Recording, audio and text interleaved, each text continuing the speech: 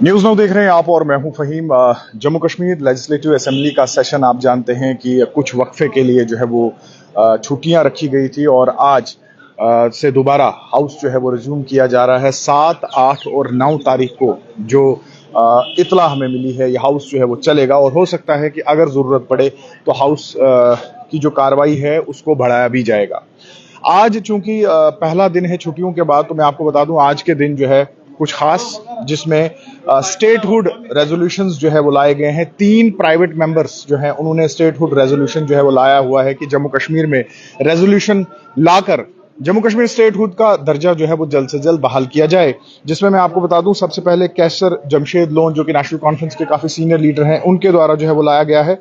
दूसरा जो रेजोल्यूशन है वो हिलाल अकबर लोन जो है उनके द्वारा लाया गया है। शबीर अहमद कुल्ले उनके द्वारा भी स्टेटहुड का रेजोल्यूशन जो है वो लाया गया है। तो कुल मिलाकर 3 प्राइवेट मेंबर्स रेजोल्यूशन। हालांकि मैं आपको बता दूं इससे पहले भी जम्मू कश्मीर की लेजिस्लेटिव असेंबली ने जो है वो रेजोल्यूशन, जो करारदाद है वो पास की है स्टेटहुड को लेकर। लेकिन सवाल ये उठता है कि आखिर अगर पहले भी रेजोल्यूशन पास किया गया है तो अब क्या। देखिए, मैं आपको बता दूं कि ये रेजोल्यूशंस जो असेंबली में पास होते हैं, इनका मकसद ये होता है कि एक नैरेटिव जो है वो डेवलप किया जाता है, क्योंकि असेंबली में जो लोग होते हैं वो पब्लिक के चुने हुए नुमाइंदे होते हैं और इसे एक पब्लिक की आवाज़ जो है वो माना जाता है।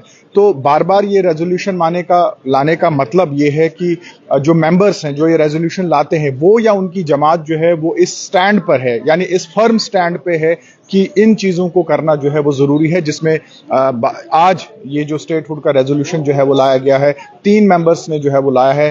और अब देखना ये होगा कि आज इन रेजोल्यूशंस के ऊपर भारतीय जनता पार्टी के जो मेंबरान हैं हाउस में, उनका रिएक्शन जो है वो क्या कुछ रहेगा।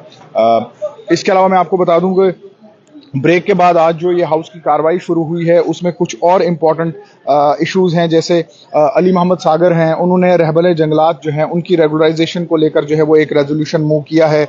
इसके अलावा वहीदुर रहमान परा, जो कि पीडीपी के एमएलए हैं, उनके द्वारा जो एलएनटी जेसीबी क्रेन्स जो है वो लगाई जाती हैं माइनिंग वगैरह के लिए, उस पर कंप्लीट बैन लगाना। और आप जानते हैं कि ये माइनिंग का इशू भी जो है वो काफ़ी ज़्यादा असेंबली में इससे पहले भी हमने देखा। तो इन्होंने ये रेजोल्यूशन मूव किया है कि एलएनटी जेसीबी क्रेन्स या जितनी भी हैवी मशीनरी है जो एक्सट्रैक्शन करती है सैंड, रिवर बेड माइनिंग और बाकी चीज़ों को, इसके ऊपर जो है वो बैन किया जाए, इसके ऊपर पाबंदी लगाई जाए। तो चलिए चलते हैं अंदर और देखते हैं क्या कुछ रहेगा आज लेजिस्लेटिव असेंबली में।